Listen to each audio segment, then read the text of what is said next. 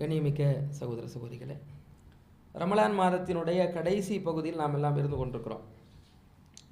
கடைசி 10 நாட்களில் இருந்து கொண்டிருக்கிறோம்.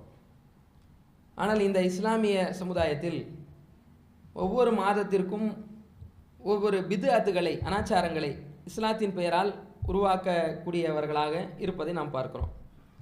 அதில் ரமலானுடைய 20 நாள் வரைக்கும் எவ்வளவு பித்அத்துகள் செய்ததை நீங்கள் பார்த்திருப்பீர்கள். இந்த கடைசி 10ல் நீங்கள் பார்த்தீர்கள் என்றால் இஸ்லாத்தில் சொல்லப்படாத கருத்துக்களை எல்லாம் அவர்கள் செய்வதை நீங்கள் பார்க்கலாம். உதாரணமாக ஒவ்வொன்றா எடுத்து பாருங்கள். ஃபித்ரா எடுத்துக்கொள்ளுங்கள், பெருநாள் தொழுகை எடுத்துக்கொள்ளுங்கள்.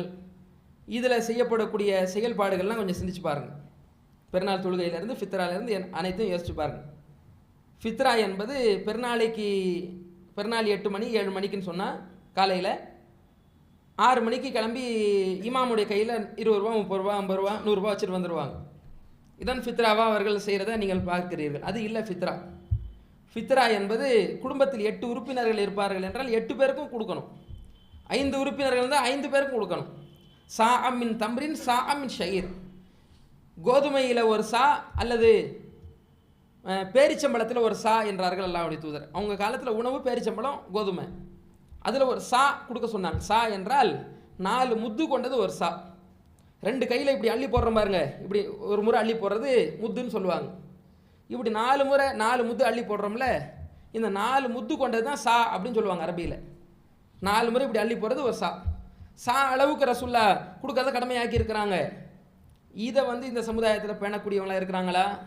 4 முறை நம்ம சாப்பிடக்கூடிய அரிசி இப்படி எடுத்து போட்டு பார்த்தீங்கன்னா, உணவை எடுத்து அந்த அரிசியோ பச்சை அரிசி போன்றதை எடுத்து போட்டு பார்த்தா ஏறக்குறைய ஒரு 2.5 கிலோ வரும். 8 பேர் இருந்தால் 8 2.5 கிலோ கொடுத்தாகணும். 5 பேர் இருந்தால் 5 2.5 கிலோ குழந்தைக்கு உட்பட கொடுத்தாகணும். ஜமீல் முஸ்லிமீன், அனைத்து முஸ்லீம்கள் மீது ரசூல்லா கடமையாக்கி இருக்கிறாங்க.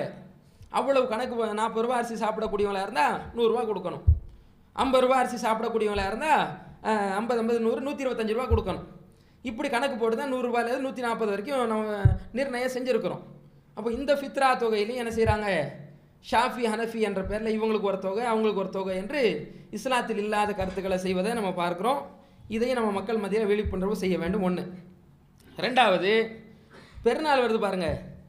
இந்த பெருநாளைக்கு முன்னாடி இந்த 27வது நாள் இருக்குது பாருங்கள். அதில் 27 மட்டும் லைலத்துல் கத்ர்னு ஆக்கி 27க்கு புது புது ஆடைகளை அணிந்து கொண்டு அதுக்கப்புறம் போய் எவ்வளோதான் பெருநாள், அது ஒரு பெருநாள். அதுக்கப்புறம் நோன்பு பெருநாள் 1. பெருநாளுக்கு எப்படி ஆடையே எடுப்பாங்கன்னு கேட்டால் 2 ட்ரெஸ் எடுப்பாங்க. ஒன்று 27வது கிழமையில் போடுறதுக்கு 1, பெருநாளைக்கு போடுறதுக்கு 1ன்னு எடுப்பாங்க. பார்த்துருக்கீங்க?